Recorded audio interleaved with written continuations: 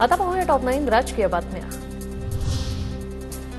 लोकसभा निवडणुकीत महायुतीला भरघोस यश मिळणार नाही। बच्चू कडू यांचा महायुतीला घरचा आहे, लोकांमध्ये नाराजी असल्याचाही दावा। मोदींच्या नेतृत्वात आम्ही 45 पार जाऊ, मुंबईमध्ये 6ही जागा आम्ही जिंकू, महाविकास आघाडीला जनता त्यांची खरी जागा दाखवेल, प्रवीण दरेकरांना विश्वास। आमचं 45चं टार्गेट होतं, त्याच्या जवळपास आम्ही जाऊ आणि 100% 40च्या वर जागा या भारतीय जनता पार्टी आणि महायुतीला मिळतील। शिवसेना ठाकरे गटाचा मतदार जास्त असलेल्या ठिकाणीच कासव गतीने मतदान झालं, अनेकांना मतदान करताच आलं नाही। विरोधकांचे पैसे आम्ही पकडले, त्यामुळे हा डाव टाकण्यात आला। खासदार संजय राऊतांचा केंद्र आणि राज्य सरकारवर निशाणा। महाराष्ट्रातल्या 13च्या 13 लोकसभा मतदारसंघात अशा पद्धतीनं यंत्रणा बिघडवण्यात आली, राबवण्यात आली, बिघडवण्यात आली। हा एक शेवटचा खेळ आणि डाव टाकण्यात आला।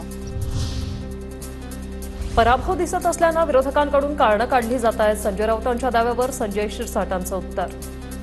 काम कमी झालं म्हणजे आमचा काहीतरी हेतू त्याच्यात होता असं समजण्याचं कारण नाही, परंतु यांचा पराभव यांना दिसतोय, मग असे कारण काढायचे। मतदान कमी झालं, मग मतदानाला लाईन लागली होती, लाईन तर लागलीच होती। संजय राऊतांचा बोलघेवडेपणा घातक ठरणार, राऊतांच्या आक्षेप केवळ हिरव्या शाही संदर्भात, आशिष शेलारांचं प्रत्युत्तर। यांचा बोलघेवडेपणा कधीतरी त्यांना बळी ठरेल अशी स्थिती आहे। सगळ्यात कमी मतदान झालं कुलाब्यामध्ये, त्यांचा संजय राऊतांचा संबंध काय? यांचा दावा केवळ हिरव्या शाही संदर्भातला आहे आणि या हिरवळी आणि हिरवी चादरीबद्दल आहे। मतदान करण्याचं आवाहन संभ्रम निर्माण करणारं नाही, ज्यांना संभ्रम निर्माण करणं वाटतंय त्यांनी संविधान वाचावं, संजय राऊतांचा आशिष शेलार यांना प्रत्युत्तर।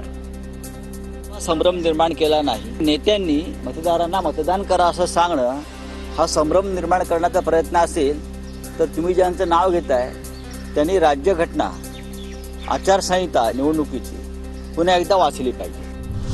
उद्धव ठाकरे यांचा चेहरा पाहिल्यावर पराभव म्हणजे काय हे समजलं। राऊतांचं रडगाणं पाहून मोदी पुन्हा येणार हे निश्चित।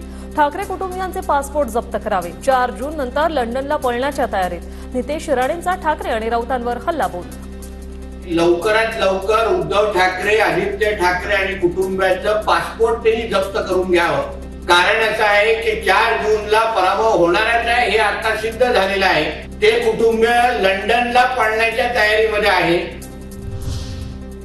परळीला आम्ही नाही तर तुम्ही अगोदरच बदनाम केले, बजरंग सोनावणेंची मुंडे बहीण भावांवर टीका, तर सत्ताधाऱ्यांकडून माझे फोन टॅप केले जात आहेत, सोनावणेंचा आरोप।